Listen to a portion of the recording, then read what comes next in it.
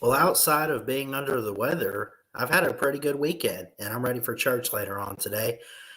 What's going on, everybody? Christian Ballard, Ballard Sports Media, coming at you to talk some Auburn and Alabama. What have they done this season? But also, what's next? Auburn getting a win. Let's start with them. And we won't be on here too long. I do have to get to church at some point. Got to work later this afternoon. So, that being said, no call-in show tonight.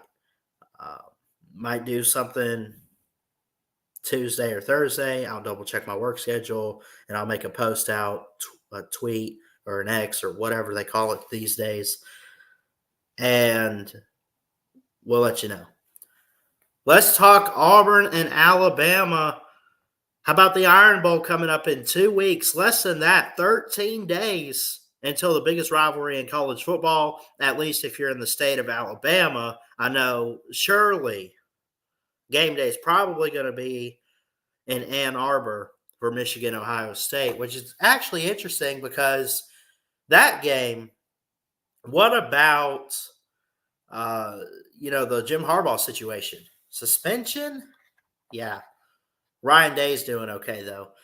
But, we talk about the Iron Bowl getting close. We talk about what these teams have before that, what they just did yesterday.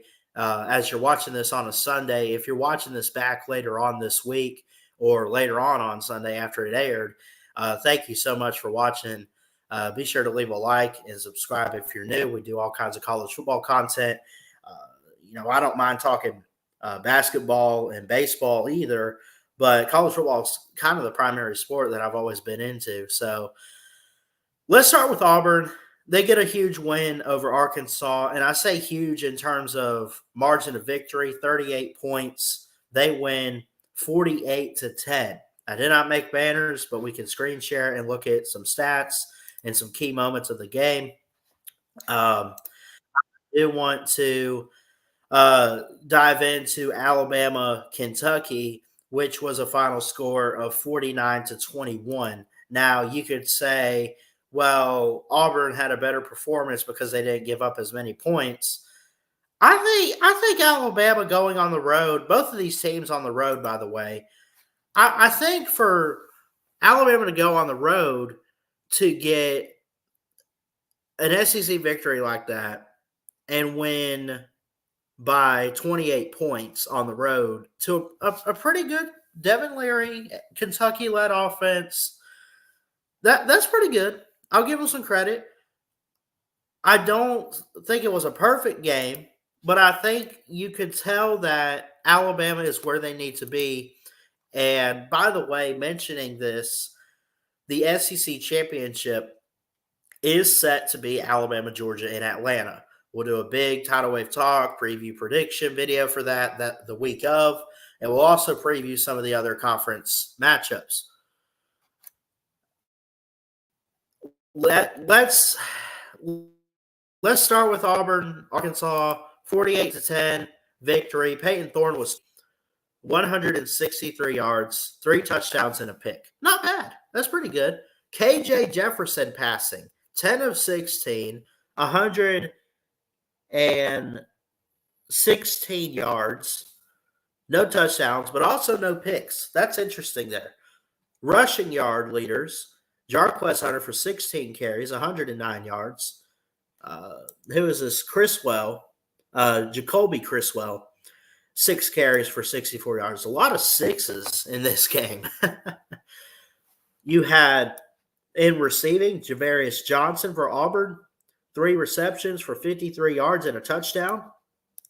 And Isaiah Sategna for Arkansas had a reception for 35 yards. The fact that they had a guy who's your lead receiver for the game only have 1 reception says a lot about the offense. The 2 scores that Arkansas had was a field goal at the end of the first quarter, close to it, where Cam Little hit a 39-yarder on a 4-play drive to cut the lead to 18 points at 21-3. And, of course, in the second quarter, no touchdowns for either team. Auburn kicked 2 field goals for 6 points to go up 27-3 into halftime. 27-3 into halftime there. The third quarter, Auburn had 3 straight touchdown drives. Practically. Javarius Johnson had a 14-yard pass from Peyton Thorne, Alex McPherson on the PAT. Rivaldo Fairweather with an 11-yard pass from Peyton Thorne. And, of course, McPherson gets the kick on a one-play drive that went 11 yards. Some turnovers for KJ Jefferson in the offense for Arkansas. Brian Batty, a 7-yard run at the end of the third for an 8-play drive, 65 yards, and it took up 5 minutes of clock. It was 48-3. Early in the fourth quarter, late in the game, technically, Isaiah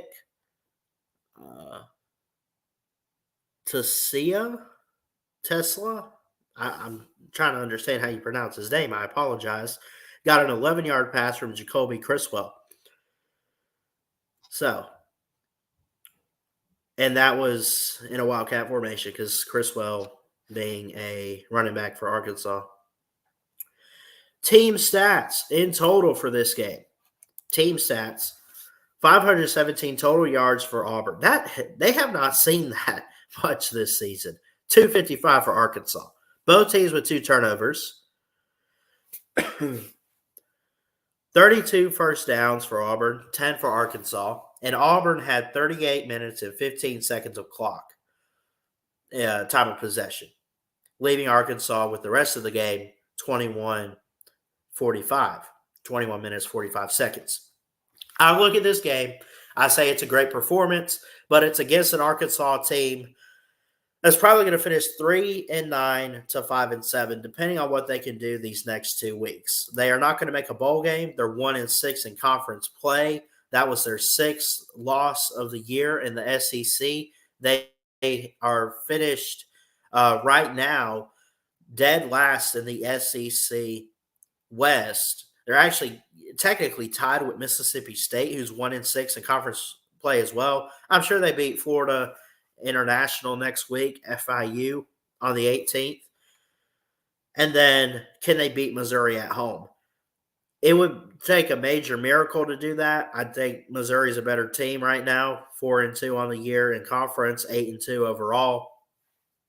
But that being said, where does this lead Sam Pittman? We'll talk about that maybe some other day. We're here to talk about Auburn and Alabama because it's the most wonderful time of the year where the Iron Bowl is coming up in the state of Alabama. It's almost Thanksgiving week. It's almost Christmas time, too. This stretch that we're coming into this next month and a week, like these next 6 weeks or so is going to be amazing, right? I'll probably have some stress. I'll have some school and stuff personally. But I hope you all have a great holiday season. So that's Auburn. Next up for Auburn, when you look at it, bowl eligible now. Bowl eligible. And it's a good possibility they win out. We'll get to the Iron Bowl in 2 weeks, 13 days really. New Mexico State at 3 o'clock Central on the SEC Network next Saturday. That's a win. I'm going to chalk that up as a win to give them 7 wins on the year. I'm not ready to predict the Iron Bowl yet. We will have a lot in store for rivalry week for Auburn, Alabama, and other rivalries in college football. Alabama currently ranked number 8.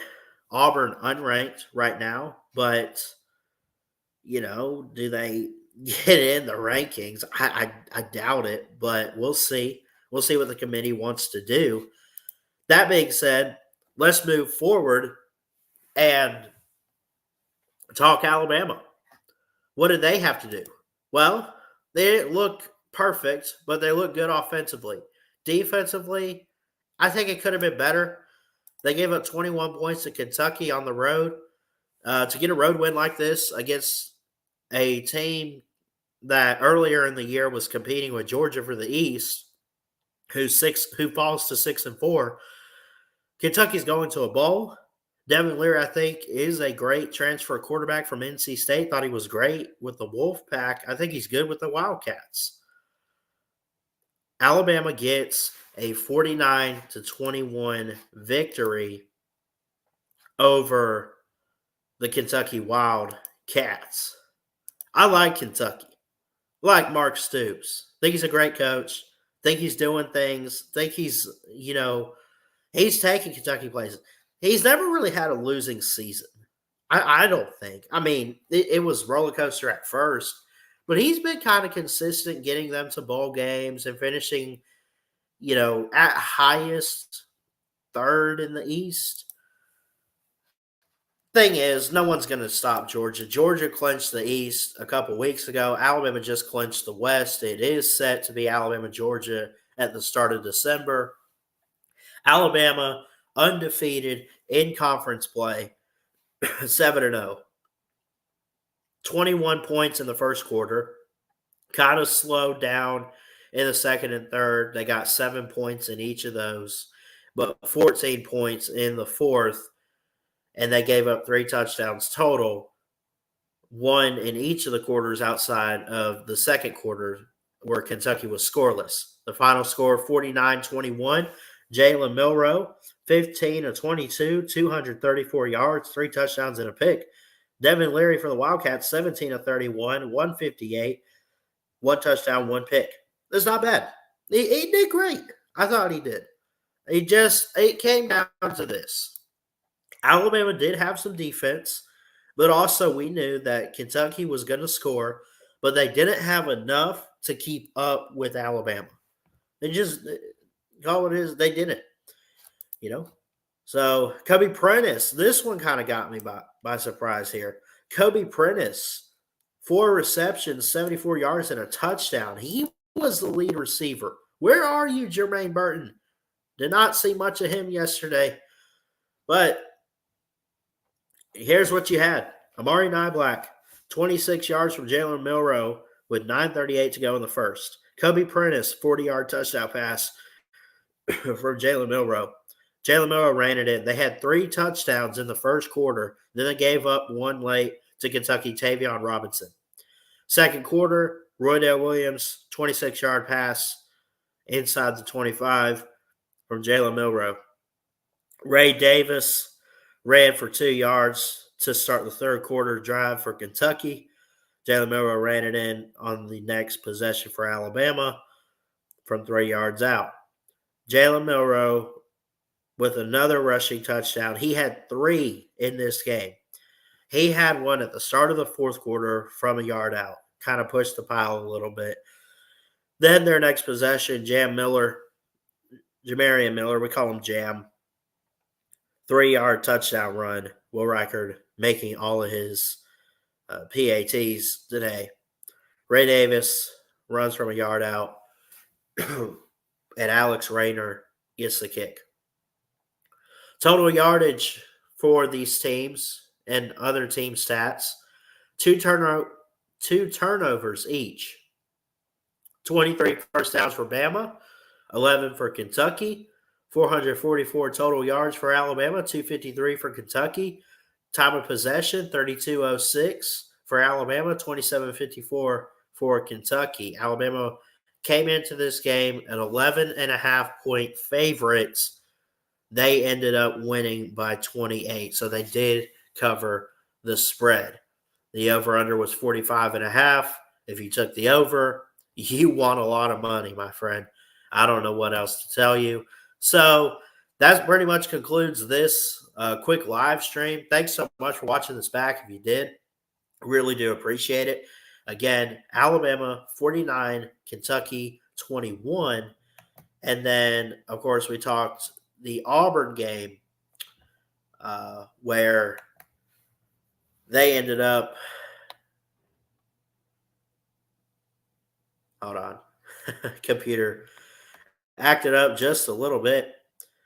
By the way, Alabama does, if you go online, you officially see that Alabama is in the SEC championship. It's on their schedule against the Georgia Bulldogs. Auburn winning 48-21 to 10 over the Arkansas Razorbacks. Both games on the road for both of these teams. Who did better?